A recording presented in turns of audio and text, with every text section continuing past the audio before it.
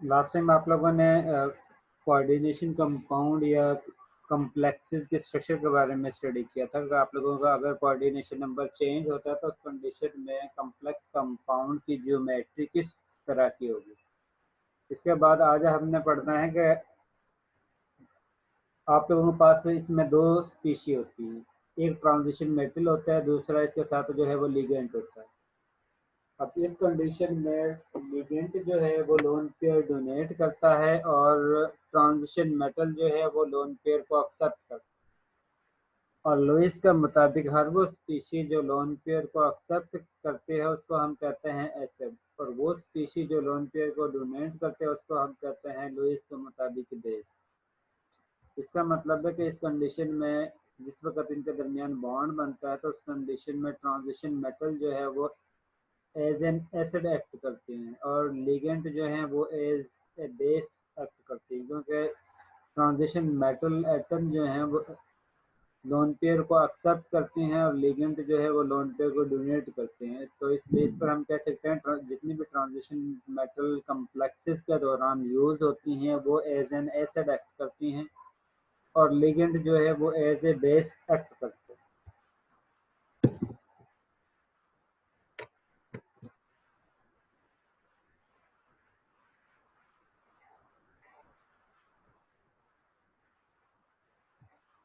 इसके बाद एक एग्जांपल है जिसमें कहता है कि आप लोगों ने कोऑर्डिनेशन या कम्प्लेक्स बनाना है जिसमें सिल्वर जो है वो ट्रांजिशन मेटल है और क्लोराइड आयन जो है वो लिगेंड है। इस कंडीशन में जिस वक्त आप लोग इनके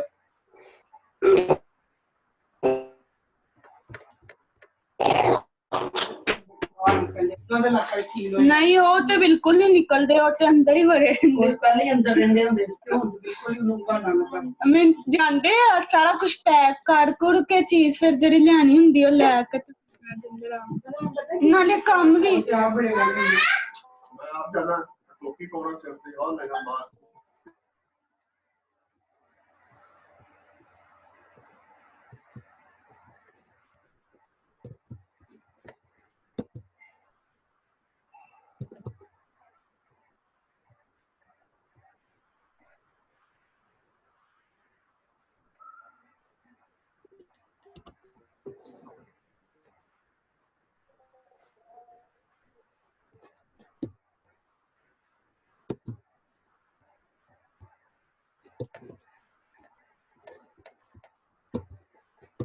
इसके बाद वो कहता है जब भी कॉम्प्लेक्स बनता है तो उस कंडीशन में एक आपके पास लिगेंड होगा जो लोन पेयर को डोनेट करेगा और एक आप लोगों के पास ट्रांजिशन मेटल होगी जो लोन पेयर को एक्सेप्ट करती है।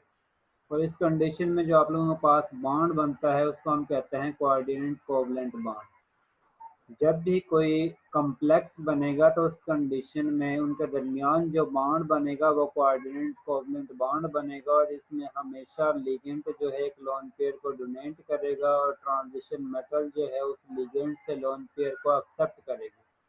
और इस कंडीशन में आप लोगों के पास कॉम्प्लेक्स कंपाउंड बनेगा और इसमें एक स्पीशी जो है वो एज एन एसिड एक्ट करेगी और दूसरी स्पीशी जो है एज ए बेस एक्ट करेगी। अगर आप लोगों के पास कोऑर्डिनेशन नंबर 2 है तो उस कंडीशन में आप लोगों के पास ज्योमेट्री जो है वो लीनियर फॉर्म में होगी। इसका मतलब है कि आप लोगों के पास सेंटर में जो है वो ट्रांजिशन मेटल होगी और साइड पर या टर्मिनल पोजीशन पर आप लोगों के पास जो है वो लिगेंड मौजूद। और नोमेनक्लेचर आप लोगों को पता है कि आप लोगों ने नाम किस तरह लिखना है, किसी भी ट्रांजिशन मेटल का नाम किस तरह लिखना है। इसके बाद ये एक एग्जांपल है जिसमें पूछा हुआ है कि आप लोगों के पास ये कंपाउंड है, कंपाउंड के अंदर आप लोगों के पास सिल्वर है, अमोनिया है और क्लोराइड आयन है, नाइट्रेट आयन। तो इस कंडीशन में आप लोगों के पास सिल्वर क्या है, अमोनिया क्या है और नाइट्रेट या क्लोराइड आयन जो है वो इसमें क्या है और इनके दरमियान बॉन्ड जो बन रहा है वो किस किस्म का बन रहा है, वो हर स्टूडेंट ने अपना इंडिविजुअल मैसेज के ज़रिए शेयर करना है कि इसमें सिल्वर आयन क्या है, अमोनिया क्या है, क्लोराइड आयन क्या है, ताकि मुझे पता चले कि आप लोगों को समझ आई है या नहीं आई। हर स्टूडेंट ने मैसेज के ज़रिए शेयर करना है कि ये जो स्क्रीन पर आप लोगों को नज़र आ रहा है कि जिसमें ये आप लोगों के पास कम्प्लेक्स है। उसके बाद पूछा हुआ कि इस कम्प्लेक्स में सिल्वर आयन को क्या कहते हैं, उसके बाद अमोनिया ग्रुप जो है उसको हम इसमें क्या कहते हैं, और नाइट्रेट और क्लोराइड ग्रुप जो मौजूद हैं इसमें, इसको हम क्या कहते हैं। ये तीनों चीज़ें अलग-अलग हैं। और इसके बाद इनके दरमियान जो बॉन्ड बनता है वो किस नेचर का है वो आप लोगों ने बताना है, और इंडिविजुअल स्टूडेंट ने मैसेज के ज़रिए मुझे शेयर करना है कि इसमें कौन सा एटम क्या है और इसका नाम क्या लेते हैं।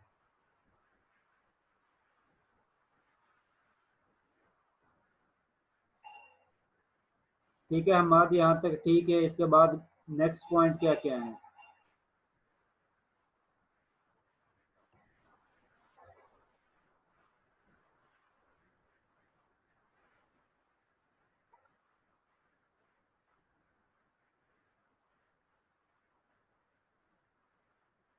ठीक है, ये भी ठीक है हमाद।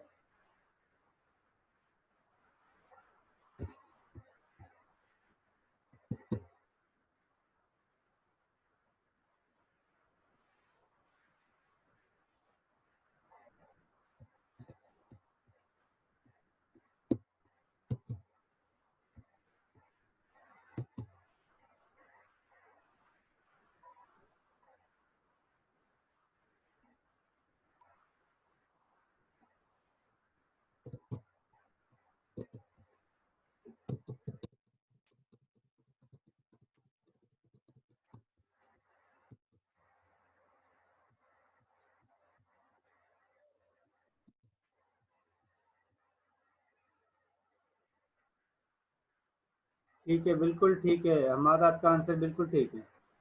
इसके बाद अली अब्बास आपके ये दोनों ठीक है। और इसके साथ एक और चीज़ भी साथ में पूछी हुई है कि इनके दरमियान बॉन्ड जो बनता है वो किस तरह का बनता है।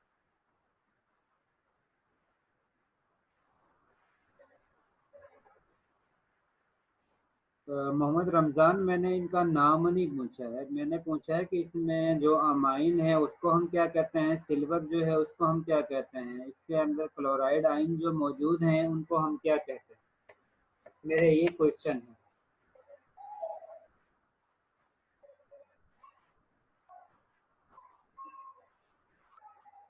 जन्नत, मैंने ये पूछा है कि जो आप लोगों के पास कम्प्लेक्स बना हुआ है, इस कम्प्लेक्स में आप सिल्वर आयन को क्या कहते हो, इसके साथ जो अमोनिया है उसको आप लोग क्या कहते हो, इसके साथ क्लोराइड आयन या नाइट्रेट आयन जो मौजूद है इसको आप लोग क्या कहते हैं।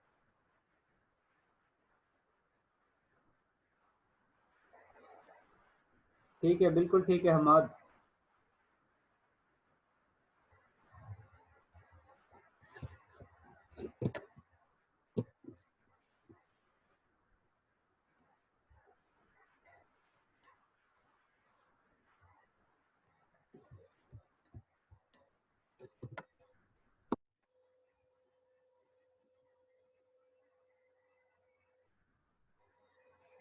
जैन, बिल्कुल ठीक है, आपका आंसर बिल्कुल ठीक है।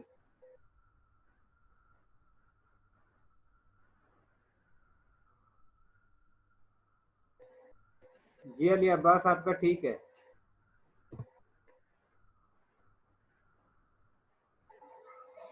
अली अब्बास, कोऑर्डिनेट बॉन्ड नहीं है, कोऑर्डिनेट कोवेनेंट बॉन्ड है।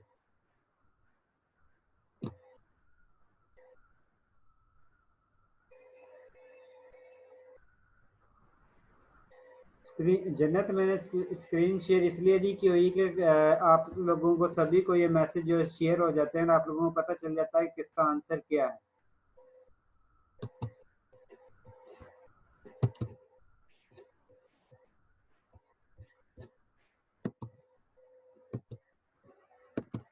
मैंने ये पूछा था कि आपके पास ये जो कॉम्प्लेक्स बना हुआ है इसमें आपके पास जो है सिल्वर आइन जो है उसको हम कहते हैं, अभी जो हमने पढ़ा था उसके मुताबिक ये लुइस एसिड है क्योंकि ये लोन पेयर को एक्सेप्ट कर रहा है इसमें। इसके बाद अमोनिया जो है इसमें लोन पेयर को डोनेट करता है, जिस वक्त आप लोगों के पास कॉम्प्लेक्स बनता है। तो इसका हम नाम देते हैं कि इसके हम कहते हैं कि ये लोन पेयर डोनेट कर रहा है, इसलिए ये लुईस बेस है। इसके बाद क्लोराइड आयन और ये नाइट्रेट आयन जो है ये काउंटर आयन है, जो बैलेंस करने के लिए कम्प्लेक्स कंपाउंड को बैलेंस के लिए बैलेंस के तौर पर हम इस्तेमाल कर रहे हैं। इसके बाद थर्ड पॉइंट था कि इनके दरमियान, लिगेंड के दरमियान और सिल्वर आयन के दरमियान जो बॉन्ड बन रहा है वो किस नेचर का है, वो जो है कोऑर्डिनेट कोवेलेंट बॉन्ड।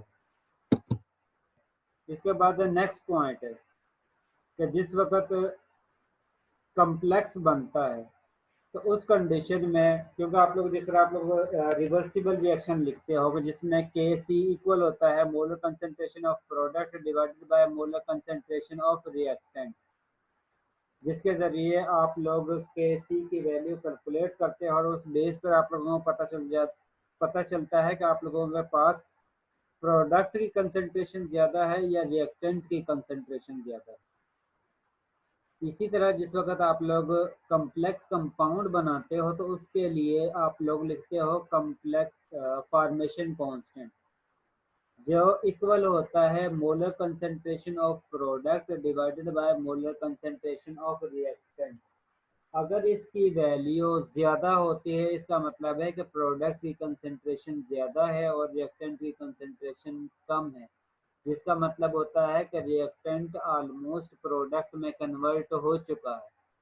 और अगर Kf की वैल्यू कम होती है तो उस कंडीशन में आप लोगों के पास प्रोडक्ट की कंसंट्रेशन कम होगी और रिएक्टेंट की कंसंट्रेशन ज़्यादा होगी। अगर आप लोगों के पास ये वैल्यू जो है वो 10⁻⁻- में आता है, उसका मतलब होगा कि आप लोगों के पास रिएक्टेंट की कंसंट्रेशन ज़्यादा है और प्रोडक्ट की कंसंट्रेशन जो है वो कम है। और अगर आप लोगों के पास इसके वैल्यू जो है वो 10⁻+ में आती है, उसका मतलब है कि प्रोडक्ट की वैल्यू ज़्यादा है और रिएक्टेंट की कंसंट्रेशन जो है वो कम है। क्योंकि इस दौरान आप लोग जब भी कैलकुलेट करते हो Kf की वैल्यू, फॉर्मेशन कांस्टेंट की वैल्यू कैलकुलेट करते हो तो उस कंडीशन में आप लोग इसके दरमियान रेशियो को कैलकुलेट करते हो, जो आप लोगों को बताता है कि आप लोगों को प्रोडक्ट की कंसंट्रेशन ज़्यादा है या रिएक्टेंट की कंसंट्रेशन ज़्यादा है। और इसके साथ हमें ये भी पता चलता है कि आप लोगों के पास रिएक्टेंट की स्पीशीज़ ज़्यादा स्टेबल है या प्रोडक्ट की स्पीशीज़ ज़्यादा स्टेबल, क्योंकि रिएक्शन ने उस डायरेक्शन में मूव करना होगा जिस डायरेक्शन में स्टेबिलिटी ज़्यादा होगी। अगर आप लोगों के पास कम्प्लेक्स ज़्यादा स्टेबल होगा तो इसका मतलब है प्रोडक्ट की कंसंट्रेशन ज़्यादा होगी और आप लोगों के पास ट्रांजिशन मेटल प्लस लिगेंड की कंसंट्रेशन कम होगी, और उस कंडीशन में आप लोगों के पास फॉर्मेशन कांस्टेंट की वैल्यू जो है वो ज़्यादा आएगी, प्लस में आएगी। और अगर आप लोगों के पास कम्प्लेक्स कम स्टेबल बनता है, लिगेंड की स्टेबिलिटी और काउंटर ये मेटल आयन की कंसंट्रेशन जो स्टेबिलिटी है वो ज़्यादा होगी। अगर आप लोगों के पास कम्प्लेक्स जो है वो कम बनेगा और रिएक्टेंट जो है उसकी कंसंट्रेशन ज़्यादा होगी, तो उस कंडीशन में कम्प्लेक्स की स्टेबिलिटी कम होगी और लिगेंड और ट्रांजिशन मेटल आयन की स्टेबिलिटी जो है वो ज़्यादा होगी। इस कंडीशन में जो एग्जांपल एक दी हुई है उसमें वो कहता है कोबाल्ट आपके पास ट्रांजिशन मेटल है और लिगेंड जो है वो आप लोगों के पास अमोनिया ग्रुप है। अमोनिया जिस वक्त कोबाल्ट के साथ कम्प्लेक्स बनाता है तो उस कंडीशन में हेक्सामाइन कोबाल्ट, उसके बाद रोमन में 3 आइन बनता है।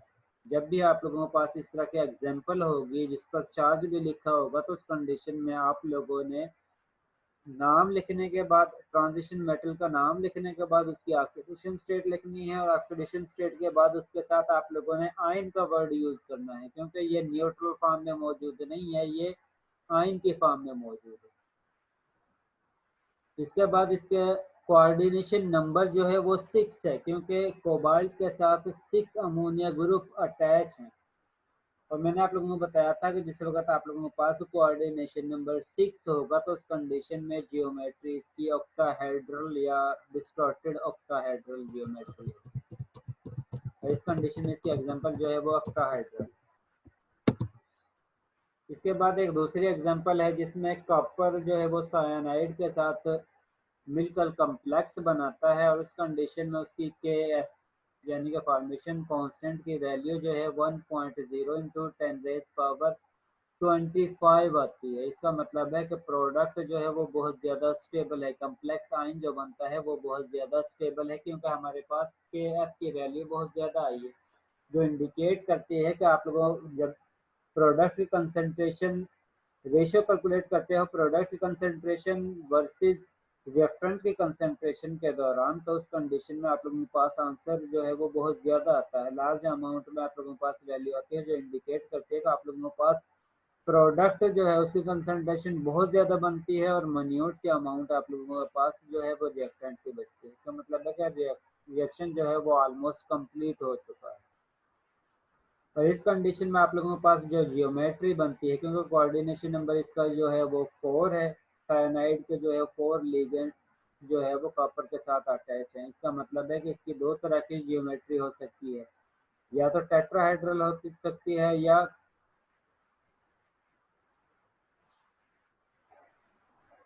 और इस कंडीशन में आप लोगों के पास जियोमेट्री जो है वो इसकी टेट्राहेड्रल है। इसके बाद नेक्स्ट पॉइंट है कि जिस वक्त अभी तक हम जो एग्जांपल पढ़ रहे थे उस कंडीशन में लिगेंड जो है वो मोनोडेंटेट थे। इसके बाद आप लोगों को जो पढ़नी है वो है बाइडेंटेट या मल्टीडेंटेट लिगेंड। इस कंडीशन में अगर कोई ऐसा लिगेंड मौजूद हो जो मॉलिक्यूल एक ही मॉलिक्यूल दो साइड से दो lone pair same transition metal atom को डोनेट करता है, तो उसको हम कहते हैं बाइडेंटेड लिगेंड। और इस कंडीशन में जो आप लोगों के पास प्रोडक्ट बनता है उसको हम कहते हैं चिलेट, और लिगेंड को हम कहते हैं चिलेटिंग एजेंट।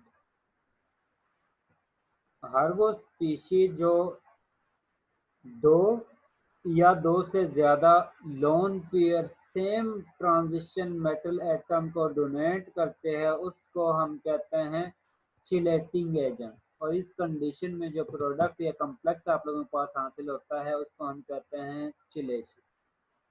और इस कंडीशन में आप लोगों के पास डिफरेंट पॉलीडेंटेट लिगेंड मौजूद हैं जिनको आप लोग चिलेशन के लिए इस्तेमाल करते हैं। इसमें सबसे ज़्यादा या मोस्ट कॉमन एग्जांपल जो है वो EDTA की है, जिसको हम इथाइलिन डाइअमाइन टेट्राएसिटिक एसिड भी कहते हैं।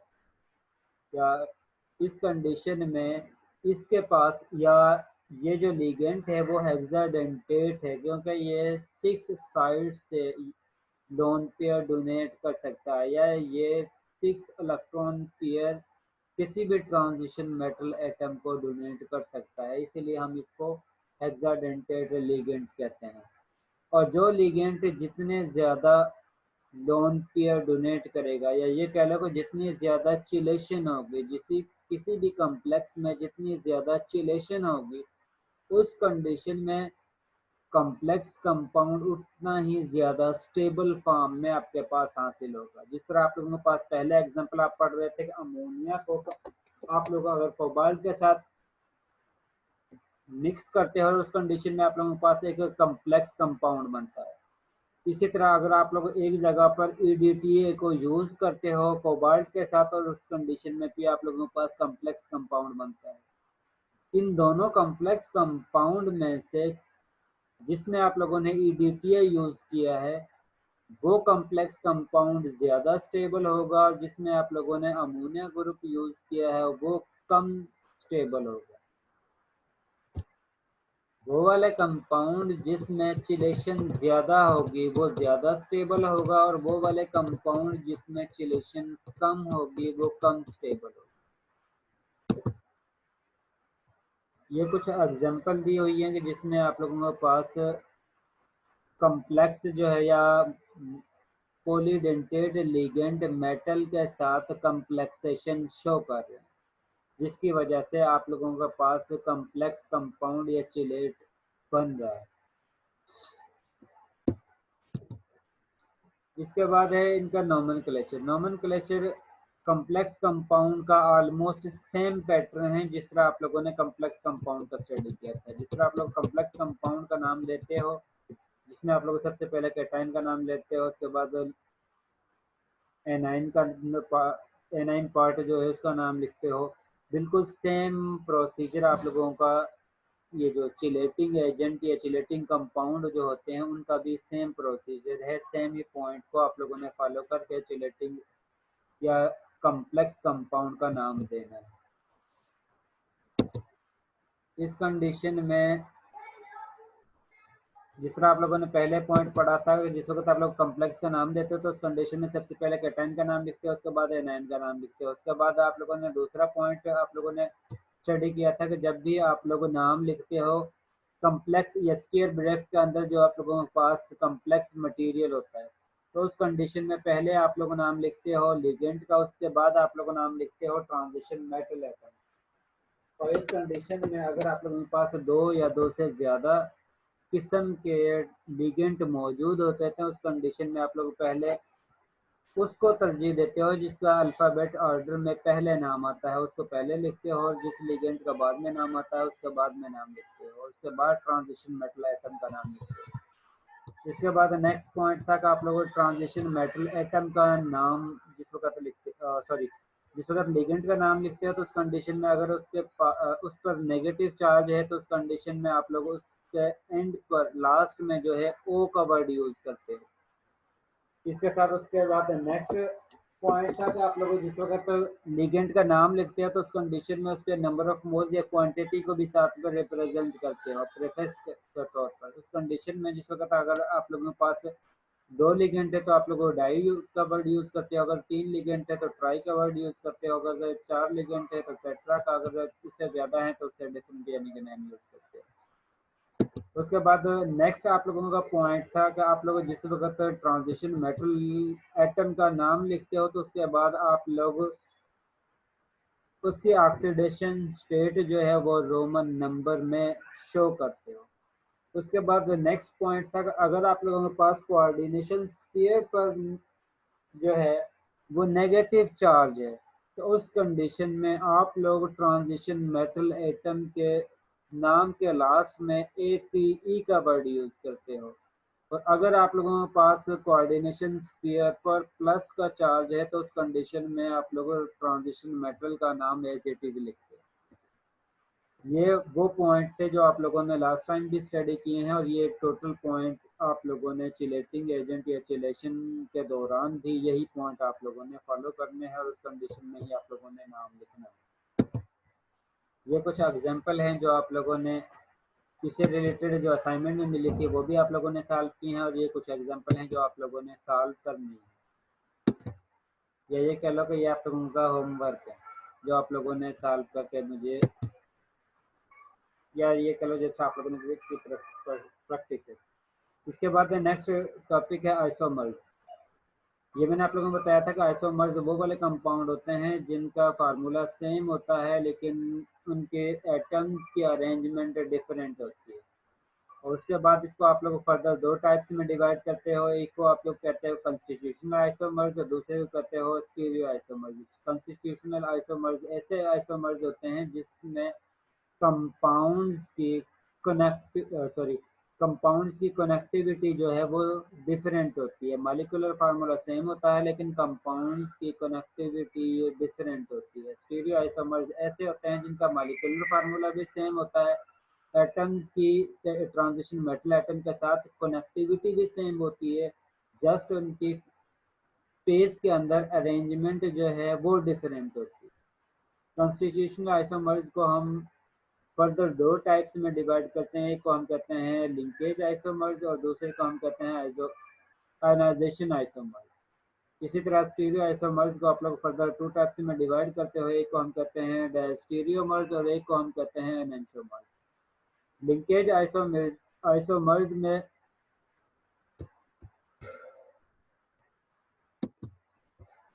आइसोमर्स के दरमियान ऐसे आइसोमर्स होते हैं जिनमें मेटल और लिगेंड के दरमियान डिफरेंट बॉन्ड होते हैं, और आयोनाइजेशन आइसोमर्स के दरमियान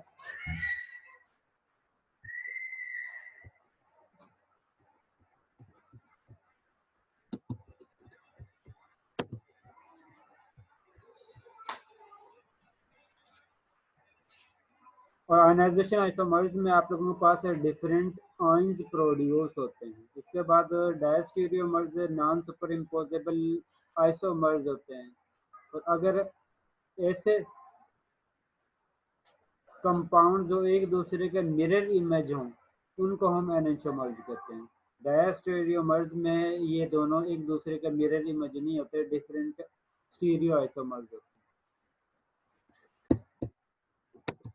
इसके साथ इनकी एग्जांपल जो है, लिंकेज आइसोमर्स में ये फर्स्ट एग्जांपल दी हुई है, जिसमें आप लोगों के पास जो है ये नाइट्रो ग्रुप है। नाइट्रो ग्रुप में कोबाल्ट के साथ नाइट्रो ग्रुप जो है वो नाइट्रोजन की साइड से कोबाल्ट के साथ कोऑर्डिनेट कोवलेंट बॉन्ड बना रहा है। इसके साथ जिस वक्त आप लोग दूसरे एग्जांपल को चेक करते हैं तो उस कंडीशन में बाकी के अमाइनो ग्रुप इसी तरह रहते हैं जिस तरह पहले एग्जांपल में है, लेकिन इसमें अटैचमेंट ट्रांजिशन मेटल के साथ जो है वो ऑक्सीजन वाली साइड से है, नाइट्रोजन वाली साइड से नहीं है।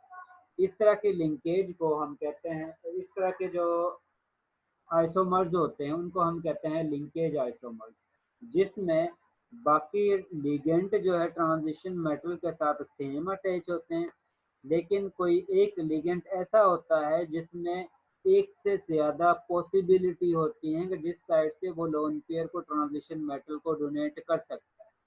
तो उस कंडीशन में अगर वो एक कंपाउंड में एक साइड से लोन पेयर को डोनेट कर रहा है और दूसरी साइड से दूसरी और दूसरे कॉम्प्लेक्स में दूसरी साइड से लोन पेयर को डोनेट कर रहा है, तो उस कंडीशन में इन दोनों को हम कहते हैं लिंकेज आइसोमर्स, क्योंकि ये एक दूसरे के साथ, या ये कह लो कि इसमें लिगेंड जो है एक में, जो आप लोगों के पास गिवन एग्जांपल है, एक में लिगेंड जो है वो नाइट्रोजन वाली साइड से कोबाल्ट जो कि ट्रांजिशन मेटल है उसको लोन पेयर डोनेट कर रहा है, और दूसरे कॉम्प्लेक्स में जो है ऑक्सीजन वाली साइड से कोबाल्ट को ट्रांजिशन लिगेंड जो है कोबाल्ट ट्रांजिशन मेटल को लोन पेयर डोनेट कर रहा है। जी सब बात।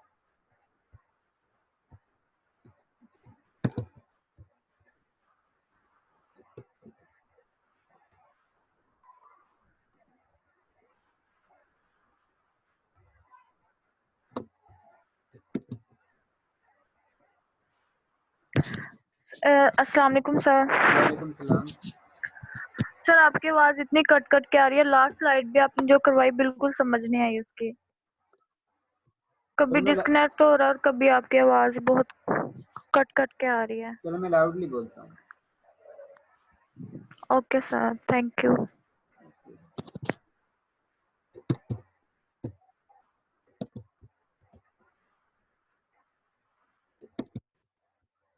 मैंने कहा कि कुछ लिगेंड ऐसे होते हैं जिसमें पॉसिबिलिटी होती है कि वो एक से ज़्यादा साइड से लोन पेयर को डोनेट कर सकते हैं। यहाँ पर जो आप लोगों के पास एग्जांपल गिवन है वो नाइट्रो ग्रुप की है, जिसमें इसके पास दो एटम है, एक नाइट्रोजन एटम है, दूसरा जो है वो ऑक्सीजन एटम है।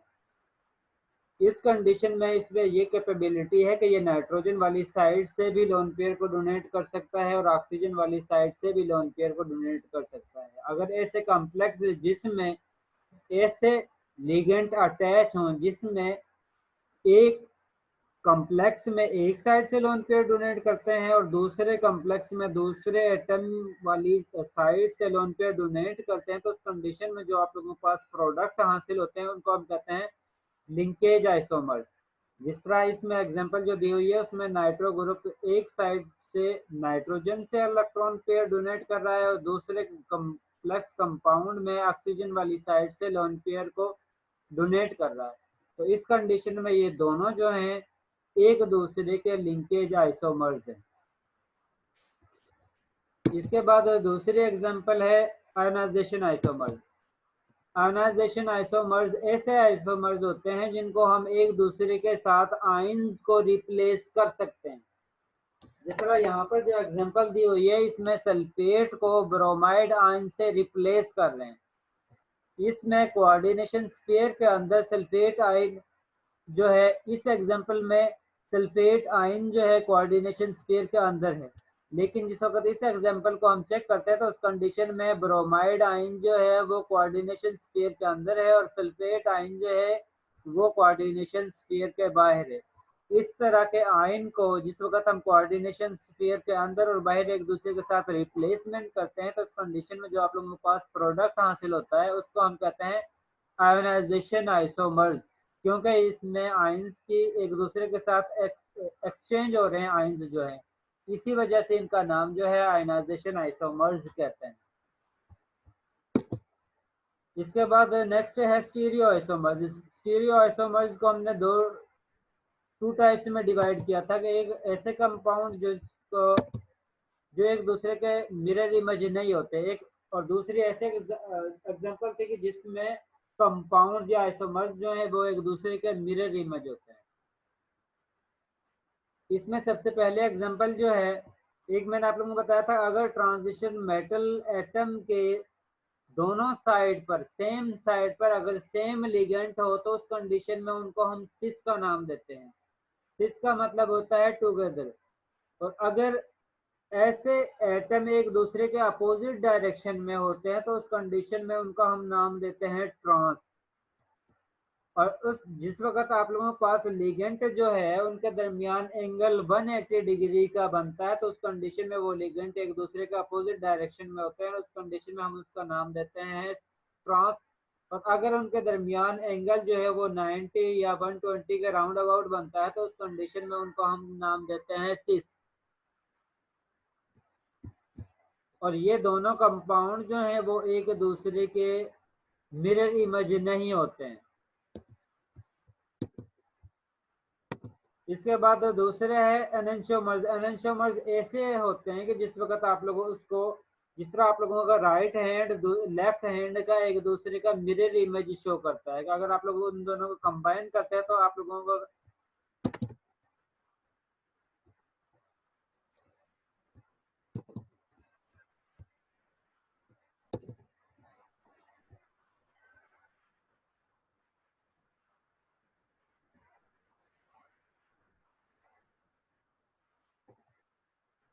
ऐसा इस तरह करना, स्टूडेंट की सभी की अटेंडेंस ले लें।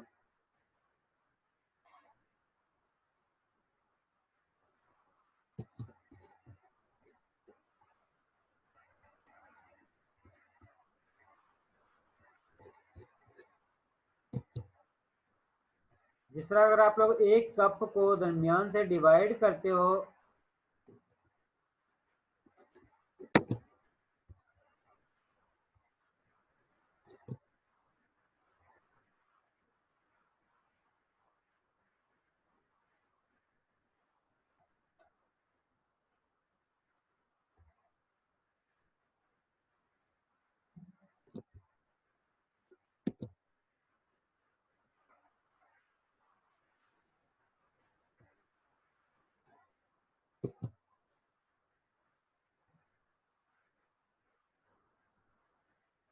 सर।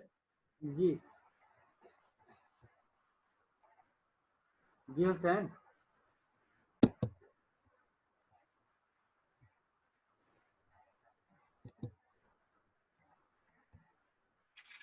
सर वो मैंने कहना था जो आपने नोमेनक्लेचर वाले लेक्चर पे अवेलेबल पे अपलोड कर दी।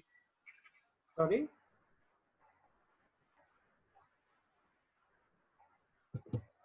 Hello darling. सर लेक्चर की बात कर दी क्या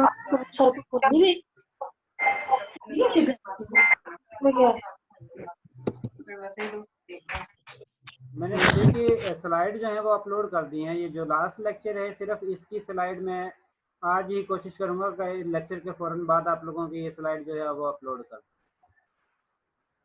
और शाइस्ता ऐसा करें कि अटेंडेंस ले लें अभी।